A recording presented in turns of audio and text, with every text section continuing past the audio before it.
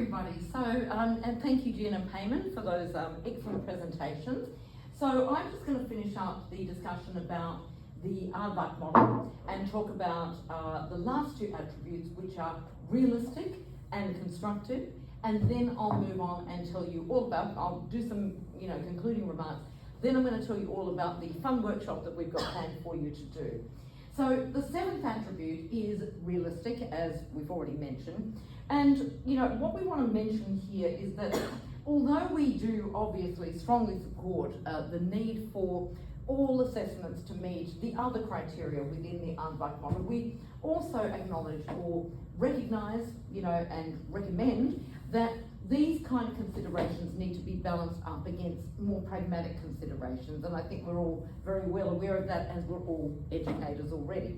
So assessment tasks, obviously, that we can't sustain realistically or in the longer term, we're not going to be able to produce, using these kinds of assessment tools, we're not going to be able to produce the kind of durable changes and positive impacts that we're trying to aim for within the education context. And for this reason, we need to make sure that our assessments are achievable, they're sustainable, and so on and so forth.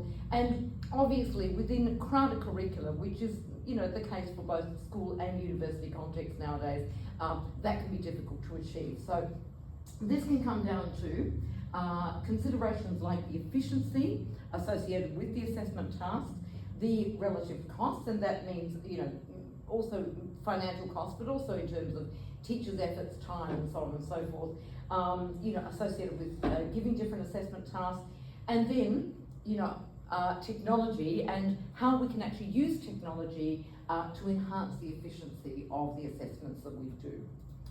Okay, the eighth attribute that we have in our model is called constructive.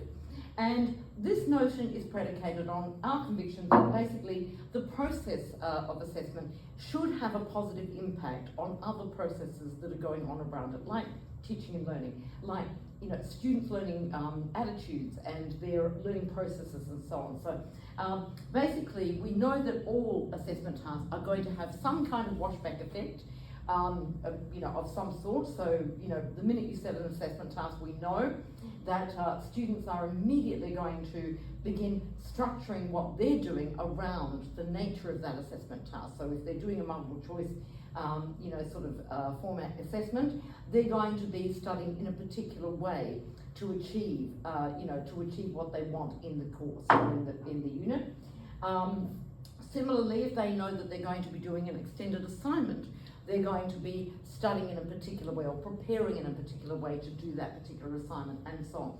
So basically, all assessment tasks are going to have some kind of washback effect. It's just a question of what is that washback effect going to be, and is it going to be a positive or negative impact of the assessment. So in order to be constructive, assessments need necessarily to have all of the attributes, obviously, that we've discussed previously. So if the assessment is not a very reliable or valid kind of indicator of what students know, understand and can do, then that's likely to have a very negative impact on the teaching and learning process. But generally speaking, to be constructive, it needs to have all of those different kinds of attributes, but also require us to make use of assessment information, right? The information we're getting back from assessments to monitor, diagnose, and so on, students' learning, but also the quality of our own assessment tasks. So being constructive requires that we use different kinds of data to monitor students' learning processes and also, the quality of our own assessment tasks. So we can use things like item response analysis and so on to look at the quality of our own assessment items. Okay, so let's just wrap up now this little presentation that we've done here with some concluding remarks before we move on to your workshop activities. So first of all, obviously one of the main conclusions that we can draw from this presentation is that, at least in our view, right, new technologies do have important implications for all of the attributes in the Aardvark model, and in fact, they can have quite a positive impact, right? So, technologies like generative AI can have a positive impact, but their introduction needs to be done carefully in order to achieve that positive impact. So, we can use models like the Aardvark model to provide us with something of a systematic basis for thinking about, how we can address some of these challenges that are being thrown up by generative AI, and also how to best design assessments or redesign assessments, to meet those kinds of challenges. So we all know that basically this is quite a much sort of like, inflection point, I guess, or a turning point for assessments in education. And so we need to make sure that we fully embrace it, that we, look at it head on, and we reevaluate how we're doing assessments in the light of this particular development. So that would be our take home, our key take home, I would say, from this presentation. So we're now moving on to the fun bit, which is, the first activity that we're going to be doing in this workshop session. We're only going to be giving you 20 minutes for this activity, and we'll come back to you after you finish this activity about the next activities in the workshop. So the first one is 20 minutes, and what we want to do in this one is we want you to form groups of 3 to 4 people and discuss, so probably it's going to be 3 and maybe 1 group of 4, given the number that we've got here. And we want you to kick off this workshop by talking about 2 points, right, that emerge from our presentation just then. So we've given you an easel pad.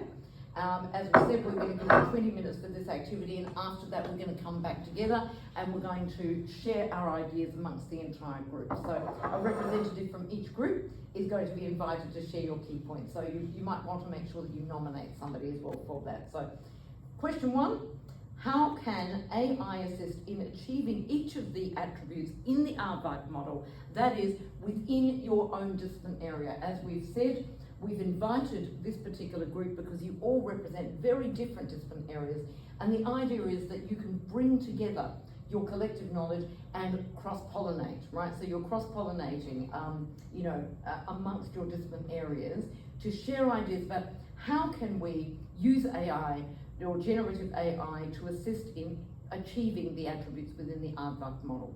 The second question is the challenges that you believe, from your perspectives, that you might encounter when you're using generative AI to achieve each of these attributes. So what are some of the pitfalls, what are some of the difficulties that you think you might be encountering in your own discipline area? So your group basically brings together all of the ideas from the individuals, and then we'll come together, back together as a group to summarize the outcomes of this particular activity, and then we'll move along.